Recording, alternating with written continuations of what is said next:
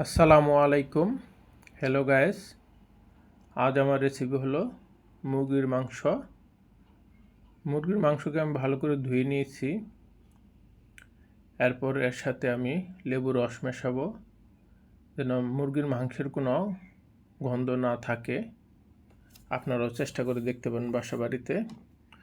তো এখন আমি পেঁয়াজ বাটা রসুন বাটাগুলোকে ভালো করে একটু ভেজে নেব। এরপর সাথে দিয়ে দেব হলুদ গুঁড়া, মরিচ গুঁড়া, এগুলোকে দিয়েও আমি একটু ভেজে নেব। তারপর অল্প পরিমাণ পানি দিয়ে এগুলোকে কষিয়ে নেব। মাংসটা দিয়ে দিব।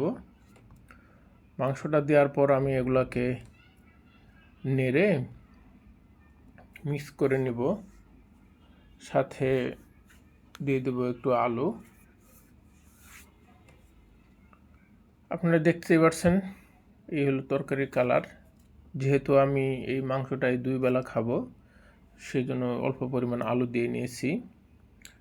মাংসটা কষানোর শেষে একটু আমি পানি দিয়ে নিলাম। এটাকে এখন একটু চুলায় রাখবো। আমার তরকারি রান্না শেষ। আপনারা দেখতে পাচ্ছেন কালারটা কেমন হয়েছে, আপনারা অবশ্যই জানাবেন।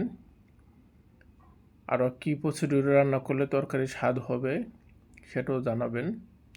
আপনাদের দোয়া ভালোবাসা সাথে থাকবে, আমিও আপনাদের সাথে আছি ইনশাল্লাহ। আল্লাহ হাফেজ।